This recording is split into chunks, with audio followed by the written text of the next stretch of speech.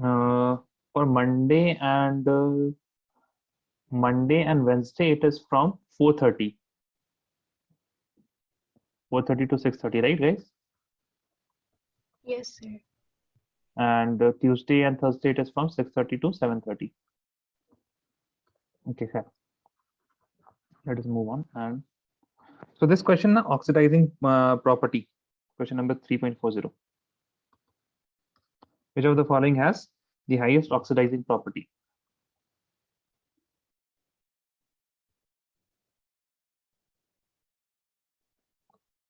So oxidizing property, it is measured, which has, the element with highest electronegativity will have the highest oxidizing property. Okay, so oxidation and reduction.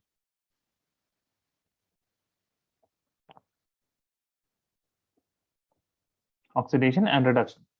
If you want to do oxidation, you have to either add oxygen. Okay, this is a basic definition of oxidation. Reduction is remove oxygen. Okay, remove oxygen. But the new definition says that if there is oxidation, what do? You lose electron. For reduction, you gain electron. Okay, for reduction, you gain electron. So anything which has the ability to take up the electrons, okay, which has the ability to take up the electron. For example, you have hydrogen and fluorine. In these two elements, fluorine has electronegativity, higher electronegativity. Then what it will do? It will take up the electrons from the hydrogen, and hence it will make it delta positive, and this will be delta negative, right? So if it is getting a partial positive charge or something, then it is getting oxidized. And if it is getting oxidized, we say that fluorine is oxidizing hydrogen, right? Who is responsible for this oxidation? Fluorine is responsible, and hence we say that fluorine is a reducing agent. So I can say that oxidation power is directly proportional to what? It is directly proportional to electron gain enthalpy, or you can also say electronegativity if you are comparing between two atoms. Okay, if you are comparing between two atoms. So this is the oxidation power. So fluorine has the highest electronegativity. Then you have chlorine. Then you have after fluorine you have oxygen, right? After oxygen you have chlorine and then nitrogen. This is the order, and this is the correct order. You just have to look at the highest electronegativity. By the way, we ended up valence and determination of compounds formula. Yes or no? Yes, we Yes, ended up. sir. Okay. So there's not much left, right?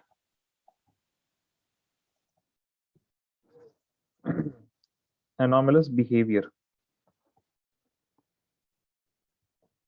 What is the meaning of anomalous? Anomalous means normal. I mean something which is not normal. Anomalous behavior.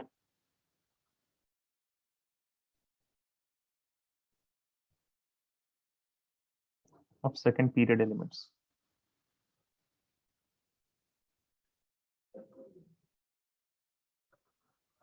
Okay, anomalous behavior of second period elements.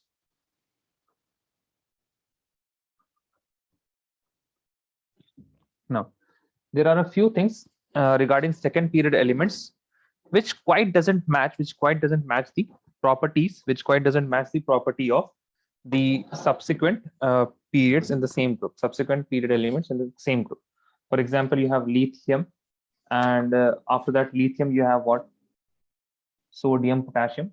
So there are some properties of lithium which doesn't match the properties of subsequent elements in the same group, okay. So what are these anomalous behavior? First thing is that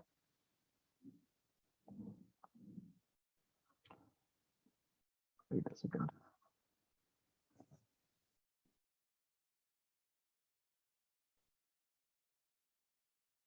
The first element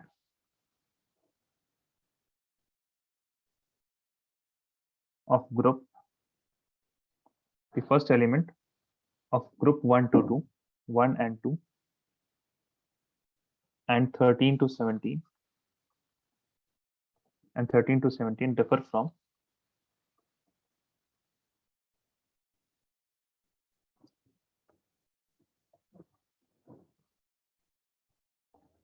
from the subsequent elements.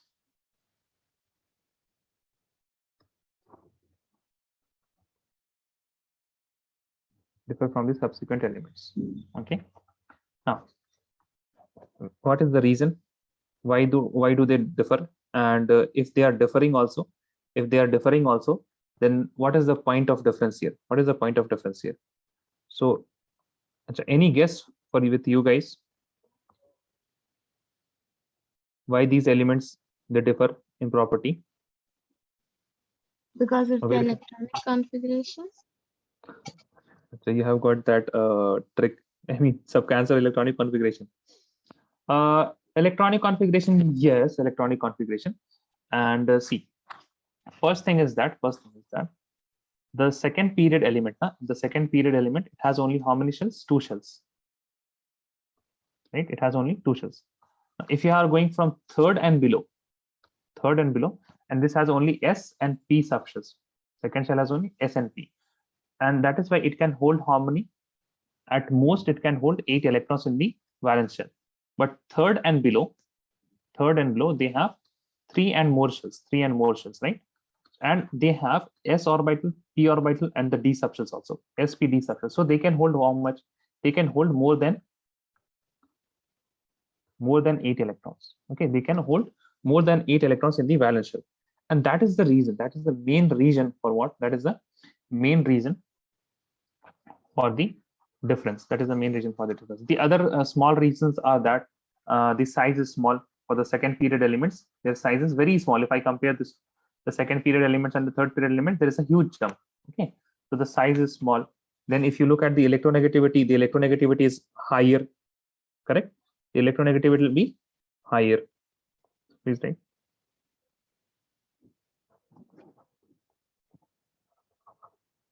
The anomalous behavior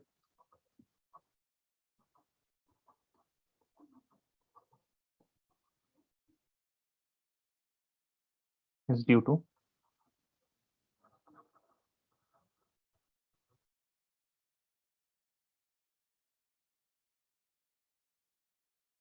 the following reasons. Okay. First is the small size.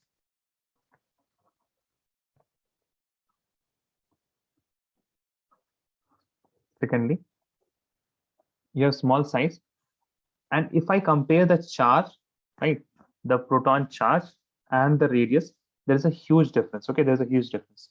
So that is known as large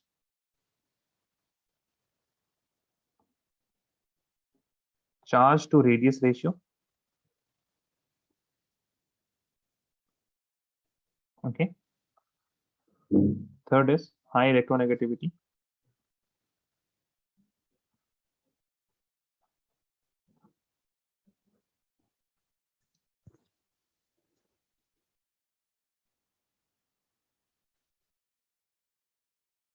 Fourth point is, that is the most important, non-availability of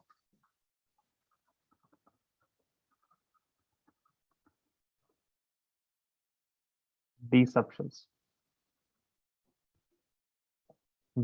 Okay, the non-availability of D subshells. This is most important. D subshells in valence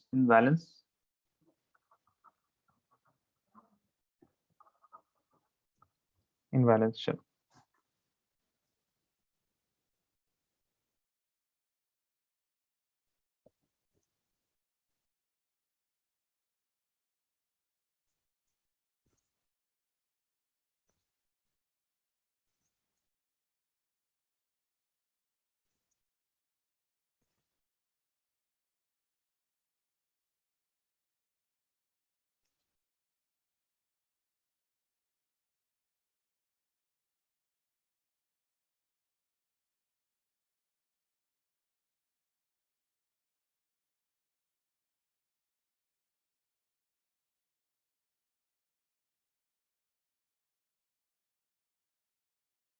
Done, sir. Done? Done, sir. The last point is that, see, they don't have D subshells, right? They don't have D subshells. Now, since they don't have D subshells, what will happen? They can form multiple bonds. Rather, they cannot form many bonds. For example, if you have nitrogen can only form 3 bonds, right? Nitrogen can only form 3 bonds. Phosphorus can form how many bonds? Maximum 5 bonds it can form. Okay, it can form how many? 5 bonds. But if I look at the tendency of forming double and triple bonds, it is greater in the second period elements. These second period elements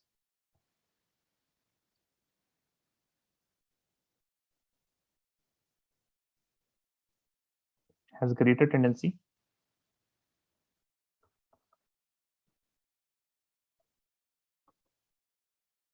to form double and triple bonds. Okay, double and triple bonds. Why? See, if you have very large atom, and very large subshells, so the double and triple bonds, they are formed by overlapping, and which is sideways overlapping of the orbitals, right? So if you have a very large, then the overlapping will not be effective. So you need small atoms, and small atoms, they are present where? They are present in the second period elements.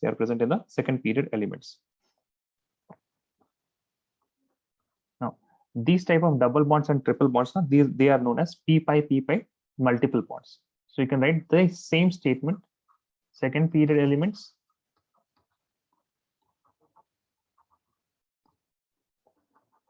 can form multiple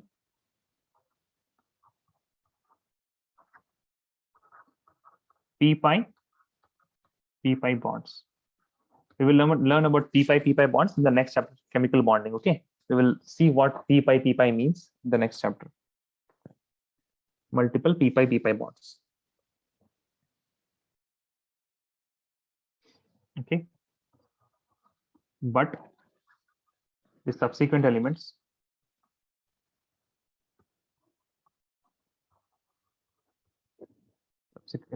cannot form. Subsequent elements cannot form stable p pi multiple bond.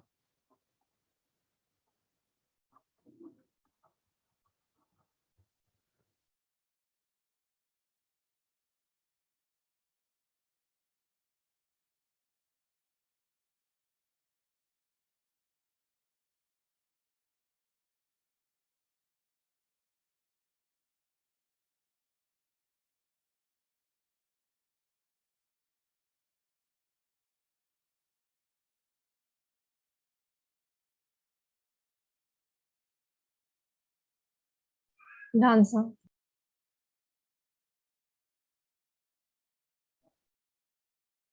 Periodicity and chemical reactivity.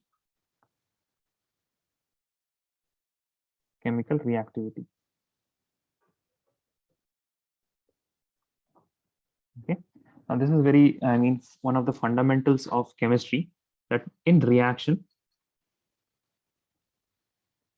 what happens? Transfer of electron take place. Transfer of electrons takes place.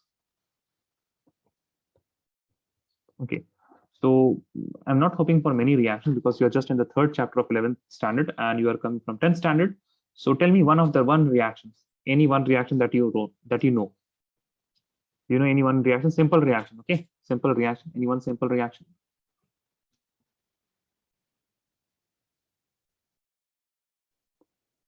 Okay, let me help you.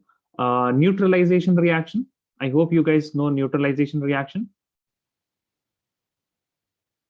Yes or no? No.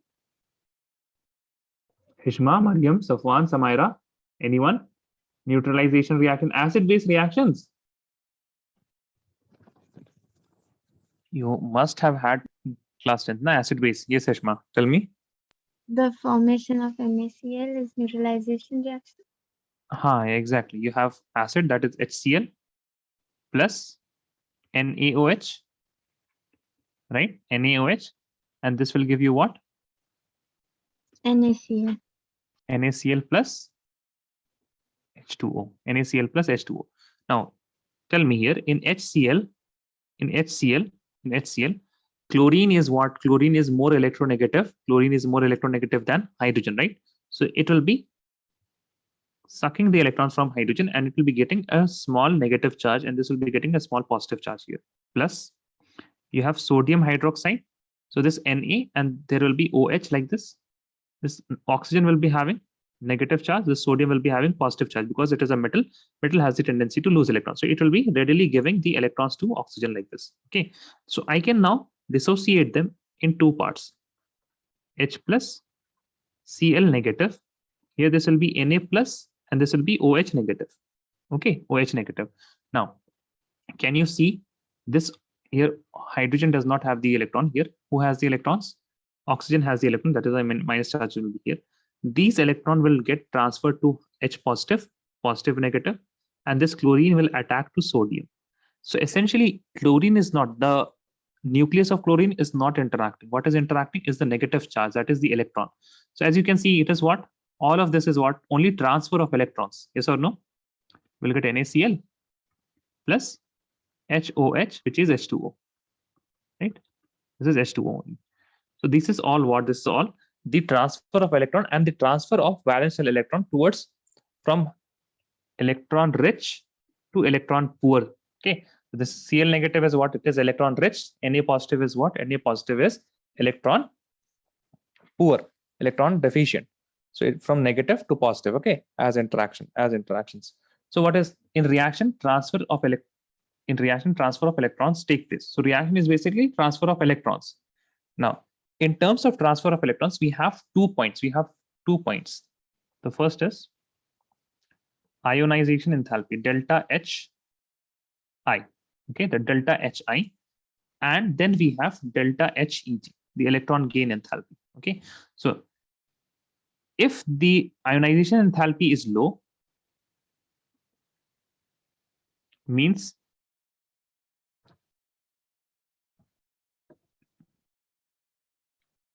atom will lose electron easily. If the delta Heg magnitude is higher, the negative value, it is highly negative, is more negative. It means atom will accept electron easily, right? Now, wherever delta Hi will be low and wherever delta Heg will be more negative, there will be higher reactivity. Okay, so wherever delta Hi is low and delta Heg's magnitude is high,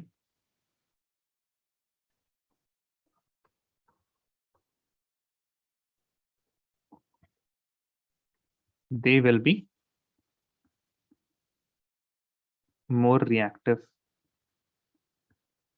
Okay, as we know that delta Hi, the ionization enthalpy, is lowest in the left side.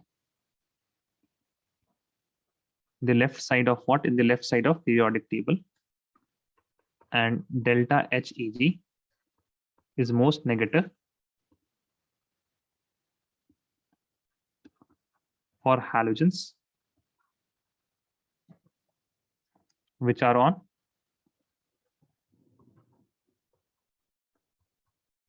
extreme right.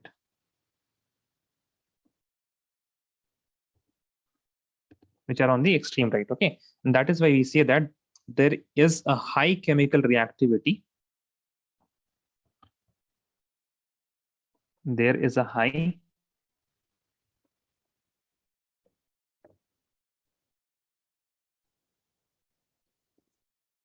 chemical reactivity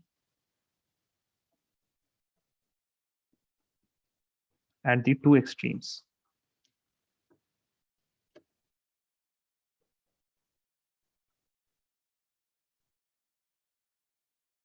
okay, at the two extremes, and it is lowest in center, and it is lowest in center.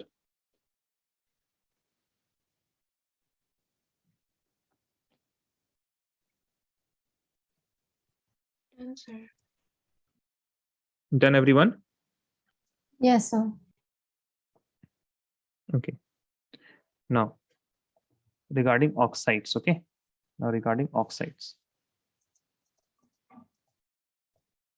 Now, why we generally talk about oxides is because, see, oxygen is readily available. We can do easily reactions. So whenever the reactivity was checked in earlier times, the reactivity of a particular element was checked. It was checked through oxygen. Okay. And oxygen is also reactive. Oxygen itself is reactive. Now, if oxygen is treated with some atom, if it is treated with some element and it does not give any product, that means what? This element itself is what? It is very unreactive. It is not very reactive. That is why we have to study about the oxides. Okay, we have to study about the oxides.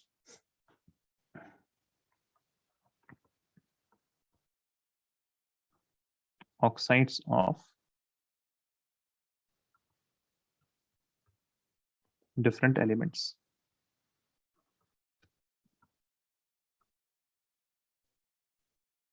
Oxides of different elements.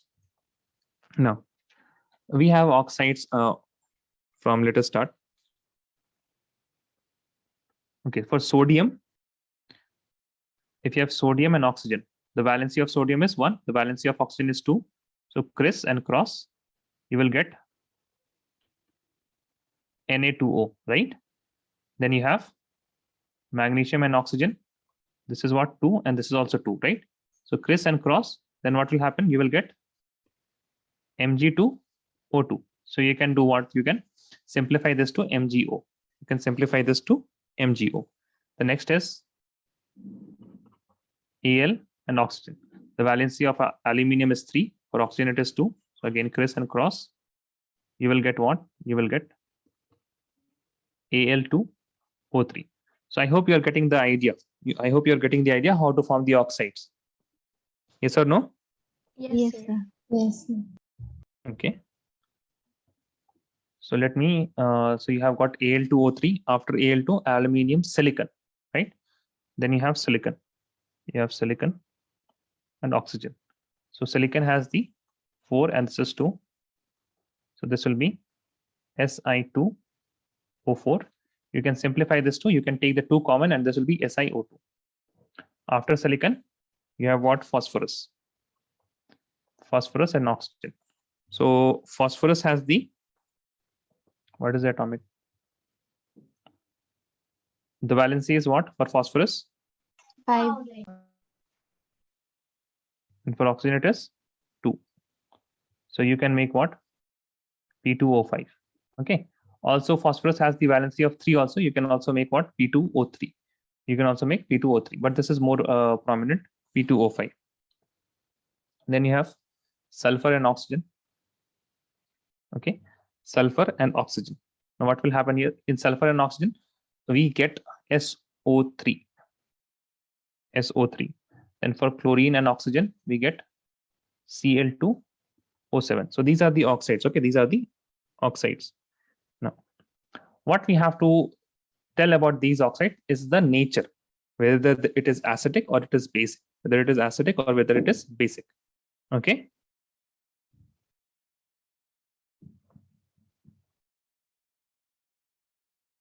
Okay. Now, for this, what I will show you only 2 things. The first is reaction with me. Na2O plus H2O.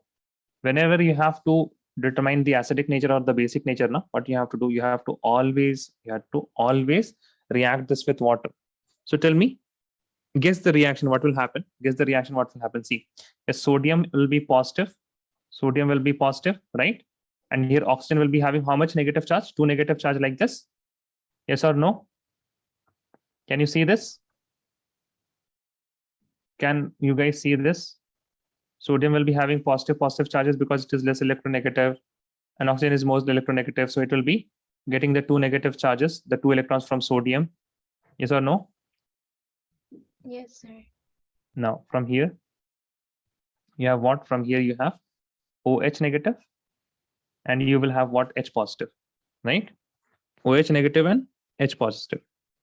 Now, if you have all these, then you can see that you can form NaOH from here. You have only sodiums and oxygen and hydrogens, right? So you can form what? NaOH.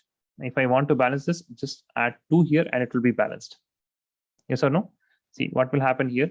This O2 negative will react with this H positive, and it will form what? One more OH negative.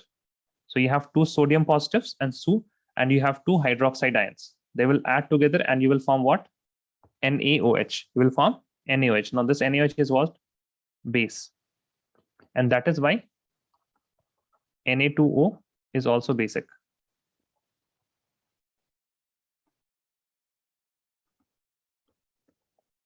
Okay. Okay. So whenever you have to determine the basic character or the acidic character, what you have to do? You have to react this with water and see the product what is formed. Let me know if you're done. Done, sir. Done. Okay. Now, so as you can see that in the period I'm moving. Okay, so in the period we have oxides Na2O, which is basic, right? Now this is very basic. Okay, this is very basic, right? Very basic. MgO will be basic. So this is the extreme. It is basic. Now, if I go to this extreme, here, this will be very acidic. Okay, SO3 will also be acidic. This will be also acidic. Then there will be some weak. This is weakly acidic.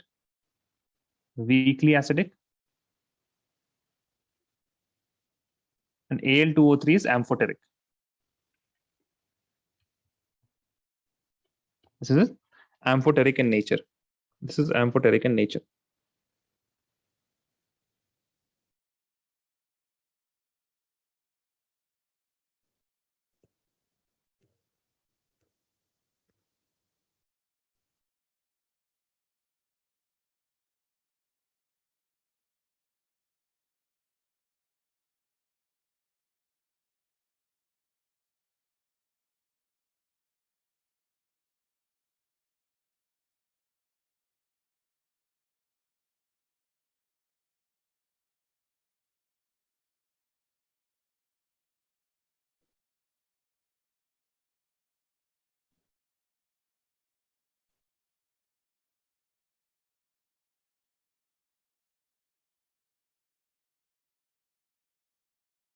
Done.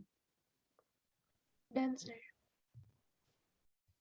Okay, so you just have to remember that this aluminium oxide is amphoteric in nature. That means it can behave as acid and also base. It is not completely acid or basic. Okay, it is amphoteric in nature. Now, so if I go down the group, then what will happen? The basic character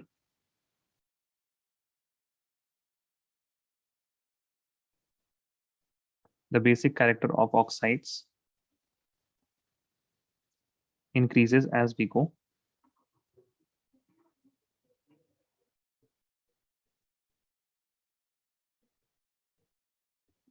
Down the group. Okay, the basic character of oxides increases as you go down the group. The acidic character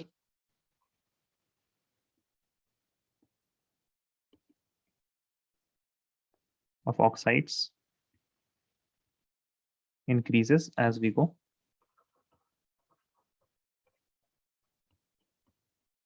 left to right in a period.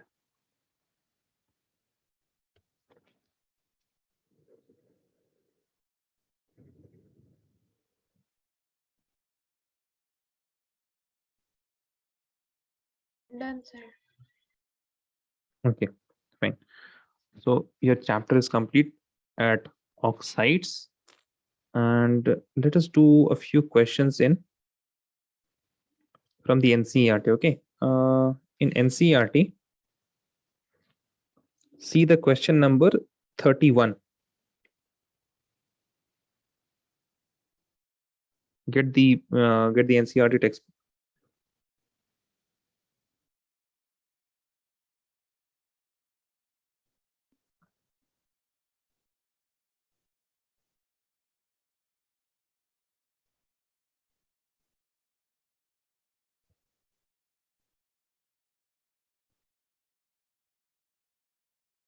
Can you see the question 31? Yes, sir.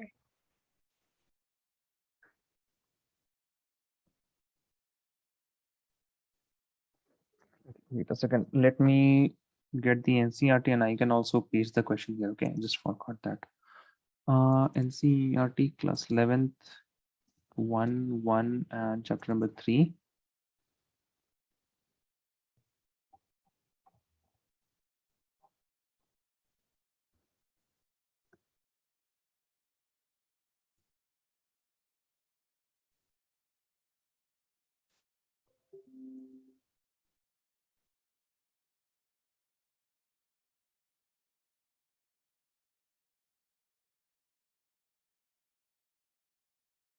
Okay, so this is a very big question, but you don't have to worry. Okay, so we will solve this question. It has 6 questions and so much of information. Okay, so these are element 1, 2, 3, 4, 5, and 6. You have 6 elements.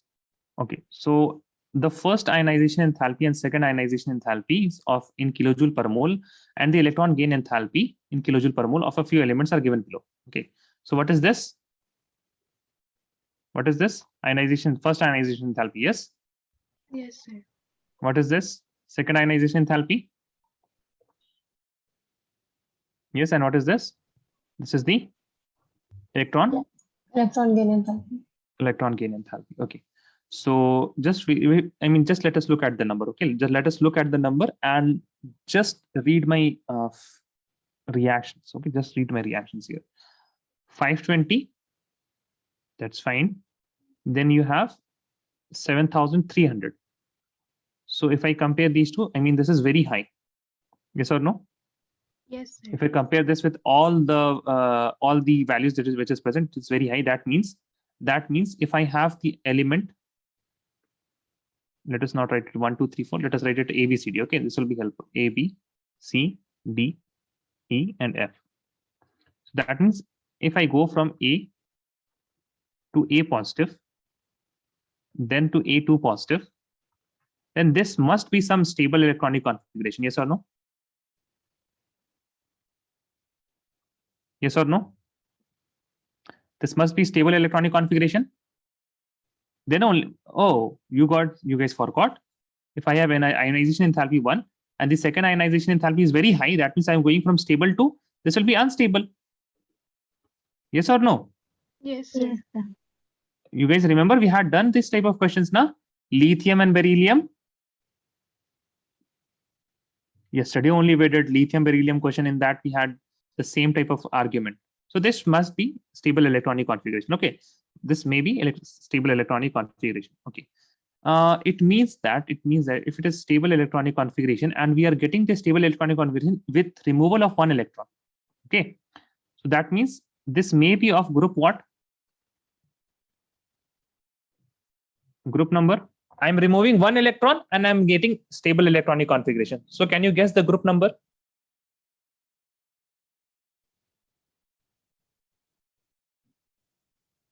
Can you guess the group number?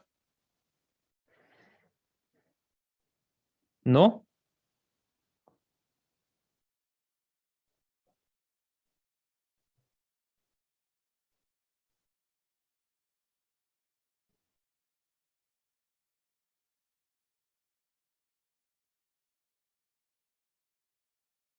Stable electronic configuration का मतलब है noble gas configuration. Stable electronic configuration means noble gas configuration. So now tell me. Group 18. group 18. So see, I'm saying that this should not have. Let me start once again.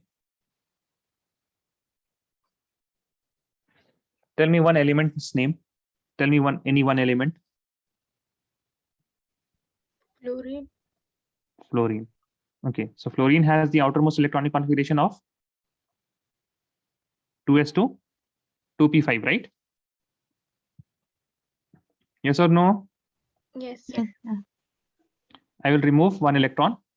I will get what? Fluorine positive. So this will be what? 2s2, 2p4. Is stable electronic configuration. Is this noble gas configuration? Is this noble gas configuration? Noble gas configuration is ns2 np6. Please remember this, okay? It is ns2 np6. It should be having at least, I mean, it should be having completely fully filled electrons. It should have ns2 and np6. So is this a noble gas configuration? No, na? No. No. Okay. Fine. Then now tell me which, if I remove one electron, then I will get noble gas configuration. Which group element has that property? If I will remove one electron, think and tell me. Start from group 1, 2, 3, 4, and think about it and tell me.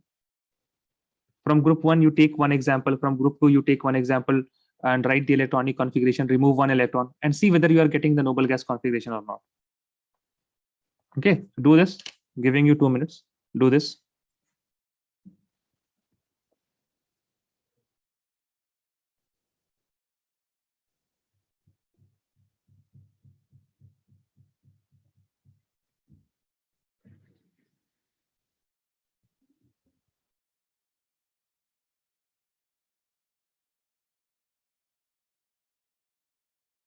So is it group 1?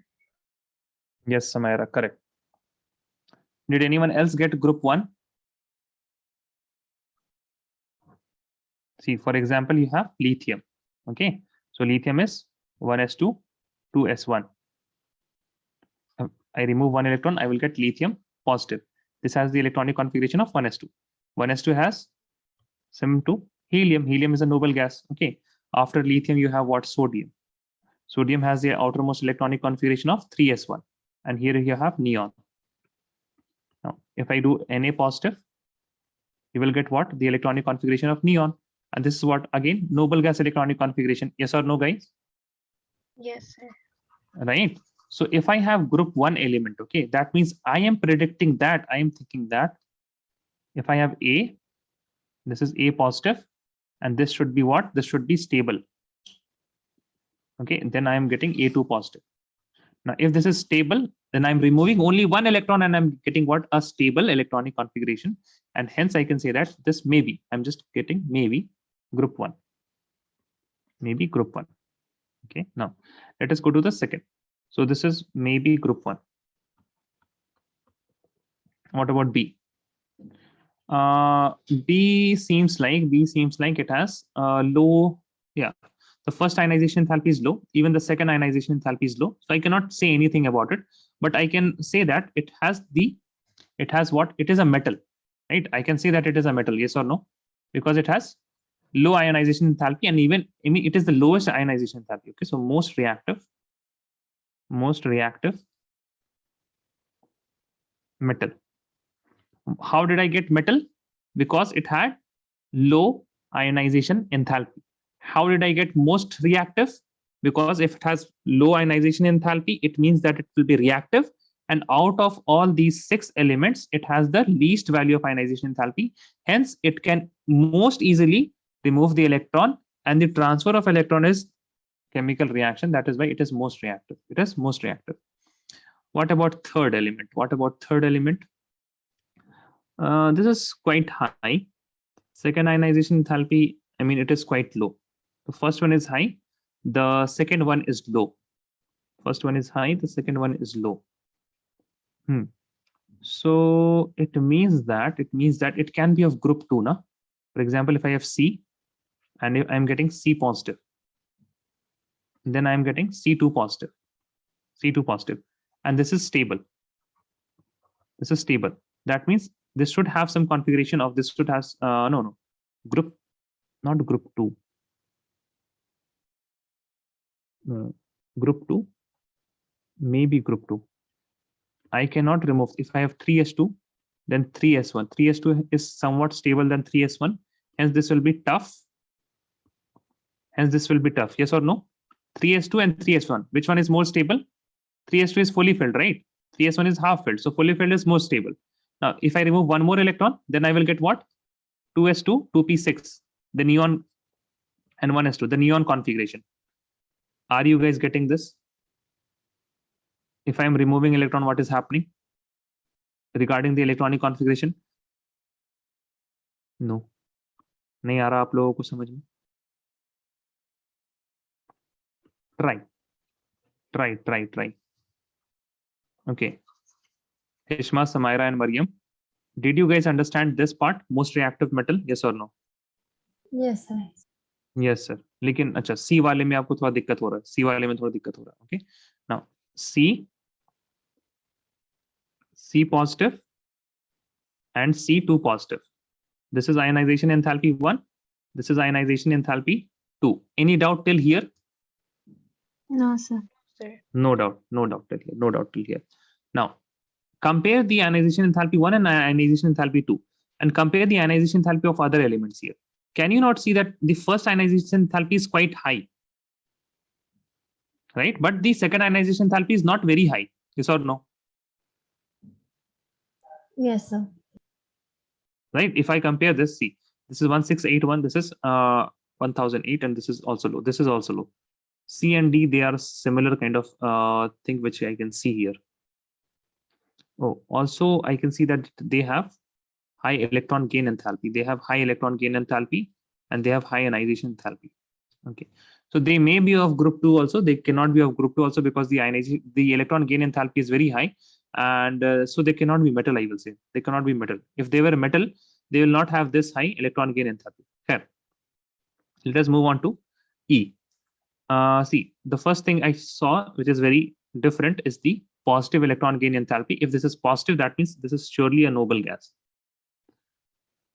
because only noble gas has positive electron gain enthalpy. Okay. Yes, sir. Yes. Okay. Now, moving on to the question, which is the least reactive element? Least reactive element means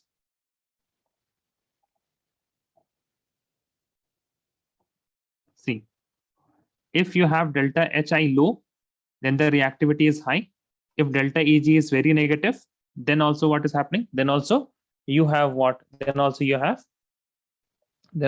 what? Then also you have less reactivity. So you have to look at what? Load for least reactive. Delta Hi should be low and delta Heg should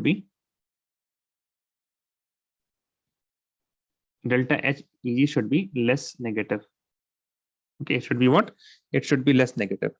So that option can only be correct for this one. See, this has very high ionization enthalpy and what? And it has very and it has positive electron gain enthalpy. Okay, it has positive electron gain enthalpy, and obviously it is a noble gas. That is why the first answer is that it is element number 5. Element number 5. Now tell me B, which is the most reactive metal? Most reactive metal is what? Second one is the most reactive. Now it is asking most reactive non-metal. Okay, most reactive non-metal. So for non-metal, what should happen? Delta Heg should be more negative. So tell me which is the most, which is the non-metal here? Third is the non-metal, na? Because it has the most negative. Yes or no? Third should be the, because it has most negative electron gain enthalpy. Non-metal will gain electron, so its electron gain enthalpy should be high. So this is third. The least reactive non-metal. The least reactive non-metal.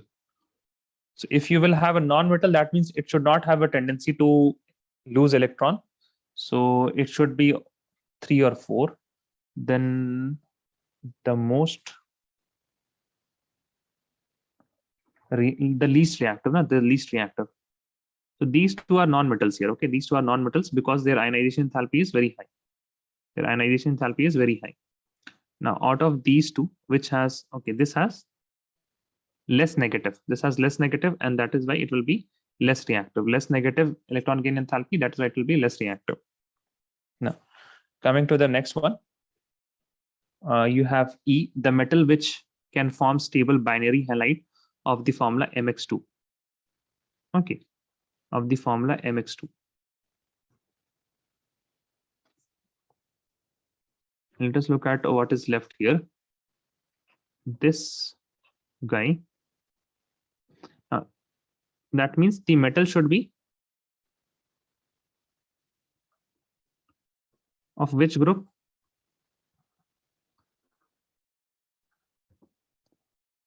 If it is forming a compound which is MX2, then this metal will be of which group? Tell me now. This metal will be of which group?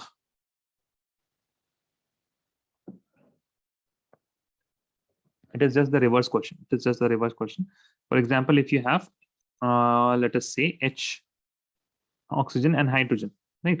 Hydrogen and oxygen. So the valency is 1, the valency is 2, criss and cross. So you'll get what? H2O. So I have given you the formula. I'm asking the valency. From valency, what you will do? You will tell me the group. So tell me, what will be the valency for metal? What will be the valency for metal and what will be the valency for X? To get the formula MX2.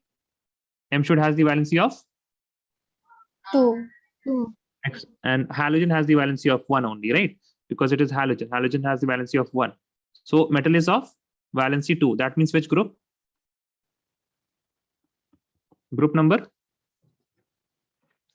You have metal. Where are the metals?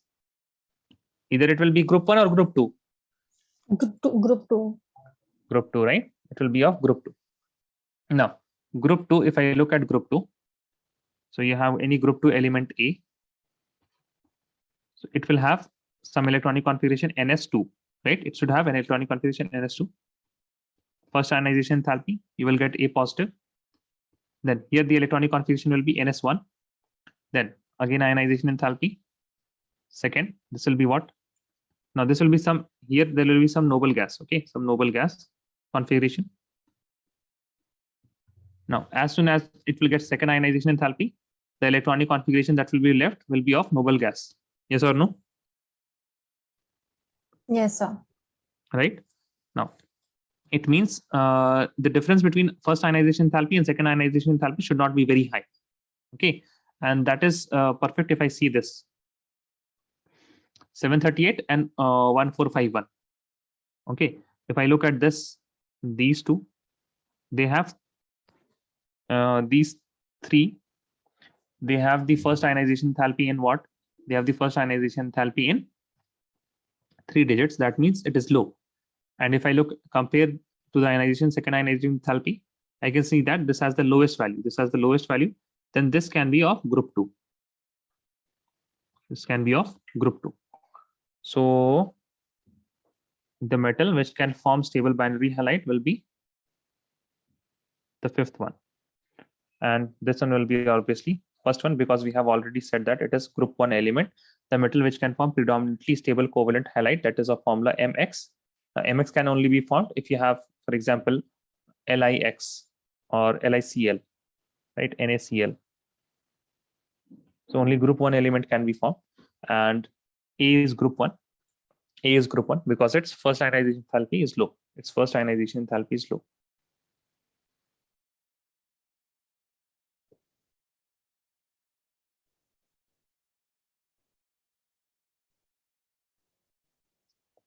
So write the answers.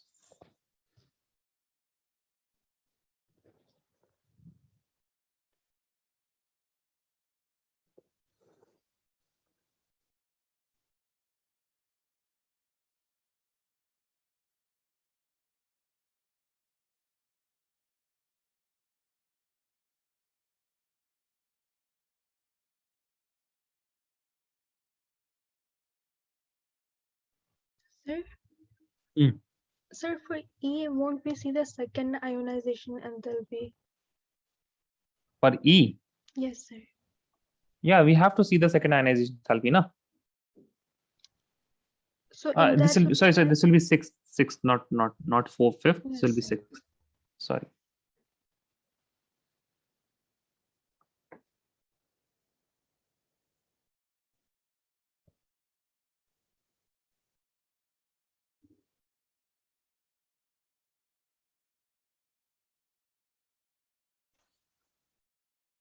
Done, guys?